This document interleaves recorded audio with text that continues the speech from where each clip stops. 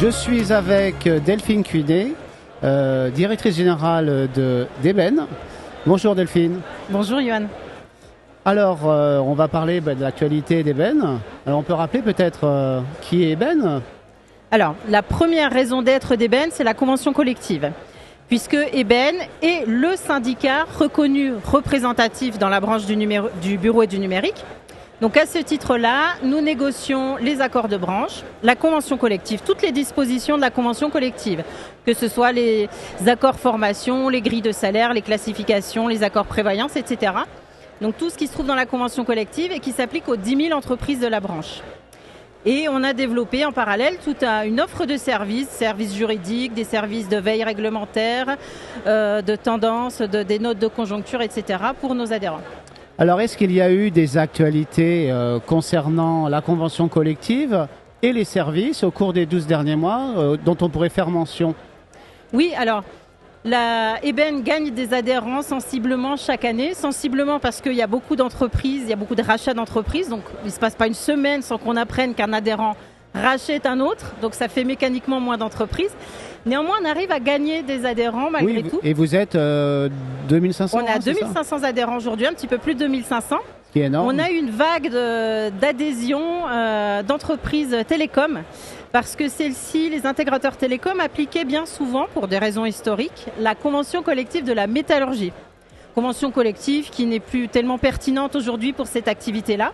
D'accord. Donc certains nous ont rejoints puisqu'ils ont fait un mouvement, enfin ils ont changé de convention collective pour rejoindre la convention collective Eben que nous gérons.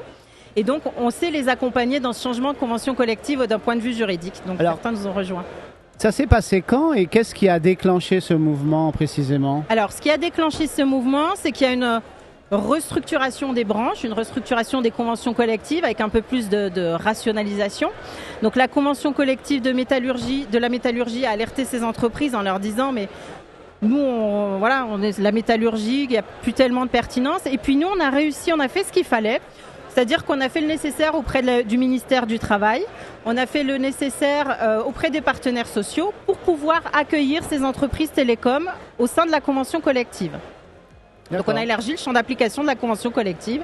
Et les intégrateurs télécoms peuvent aujourd'hui appliquer la convention collective Eben. D'accord. Alors est-ce qu'il y a du neuf au niveau de la convention collective ?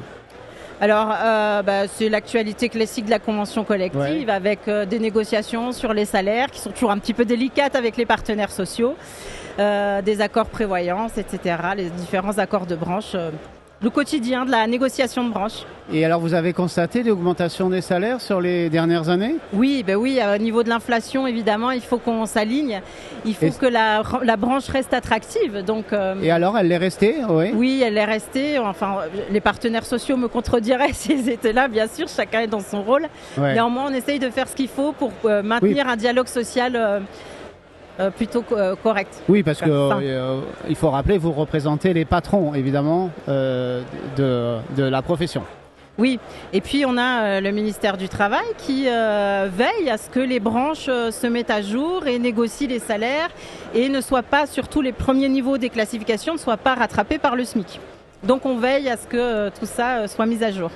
Alors vous me dites que parmi les actualités de 2023, vous avez une douzaine d'adhérents labellisés QVCT. Oui, c'est ça. Alors, un motif de fierté pour vous ? Oui, c'est alors on peut rappeler ce que c'est ? Oui, on a de plus en plus, on a constaté, ça fait plusieurs mois que les adhérents viennent vers nous et nous disent mes clients me demandent ce que j'ai fait en matière de RSE, quels sont mes engagements en matière de RSE.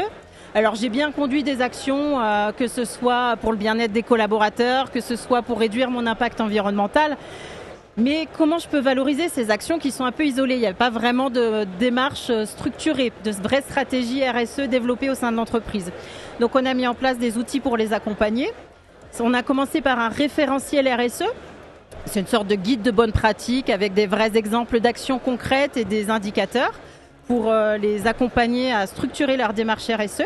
C'est vous qui l'avez mis en place, hein ? Oui, c'est nous qui l'avons rédigé avec les adhérents, effectivement. On a mis en place des groupes de travail. Ça date de quand ? Pardon ? Ça date de quand ? On l'a sorti fin décembre 2023, donc c'est un travail qui a duré toute l'année 2023. Effectivement, ça a été notre fil rouge de l'année. Et du coup, vous avez vos premiers labellisés alors ça, c'est le chapeau RSE, c'est le référentiel. Puis après, on s'est dit, on va travailler un petit peu plus sur le S de la RSE, parce que RSE, on passe souvent environnement, mais il y a aussi le S, le social. Et on s'est dit qu'on devait prendre la parole sur ce sujet, puisqu'on a des adhérents qui aménagent les espaces de travail, donc qui ont des choses à dire. On a de l'expertise sur le bien-être des salariés au travail. Donc on a mis en place, on propose à nos adhérents un label qualité de vie et conditions de travail.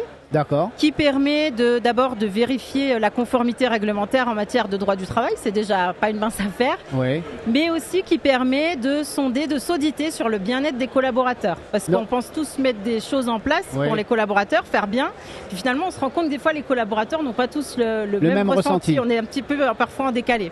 Donc c'est encore une fois une initiative ébène. C'est une initiative ébène, absolument. Et donc un label dont vous espérez qu'il va faire florès. Oui, on a une douzaine de labellisés pour le lancement du label la première année, donc c'est plutôt un beau succès, on en est fiers. Et puis on poursuit cette action, d'autant plus qu'il y a des financements possibles avec l'OPCO, on a réussi à décrocher des financements. Avec l'OPCommerce, l'OPCO de la branche, l'opérateur de compétences qui gère les fonds de la formation de la branche. Donc il y a des financements possibles. Et donc ça permet vraiment de s'engager dans un projet d'entreprise et d'avoir surtout une feuille de route et une feuille de progression. Et c'est vraiment un enjeu business, un enjeu d'image de marque, d'attractivité et un enjeu de productivité aussi, puisque on sait que là, c'est plus à prouver, on l'a déjà démontré que la QVCT et la productivité sont évidemment liées. Alors, vous me disiez que le contexte économique était un peu plus tendu et que vos adhérents le ressentaient. Ça s'est manifesté comment ?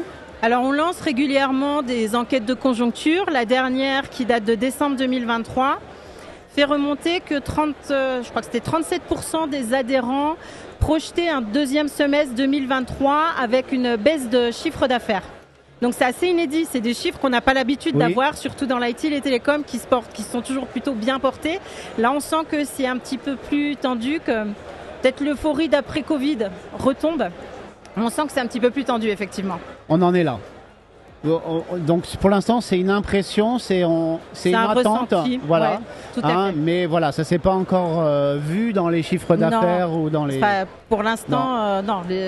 Voilà, il y a simplement cette enquête de conjoncture, puis le ressenti qu'on a quand on échange effectivement avec nos adhérents. La prochaine enquête de conjoncture, elle aura lieu. Je pense courant premier semestre, d'ici un mois ou deux, on lancera une deuxième enquête de conjoncture, sachant qu'on a aussi chaque année une étude réalisée par la Banque de France sur la santé financière de nos entreprises, donc qui est réalisée à partir des bilans des entreprises de la branche. Donc là, pour le coup, c'est plus un ressenti, c'est vraiment du factuel. Et celle-ci, vous l'aurez quand ? Alors celle-ci, on la lance dans l'été, on a les résultats en général en septembre-octobre. D'accord. Voilà, est-ce que vous avez un chantier ou des chantiers cette année On poursuit sur cette thématique RSE avec toujours ce label QVCT. On lance aussi pour le E de la RSE, le côté environnemental, un diagnostic. On accompagne nos adhérents au diagnostic carbone. D'accord. C'est un accompagnement de 3 mois qui leur permet aussi de faire une feuille de route de décarbonation pour l'entreprise. Oui. Là aussi, il y a des financements possibles. Donc voilà, toujours la RSE, la cybersécurité qui est toujours d'actualité et le recrutement, la formation, ce sont nos principales thématiques sur 2024. Merci beaucoup Delphine. Avec plaisir, merci.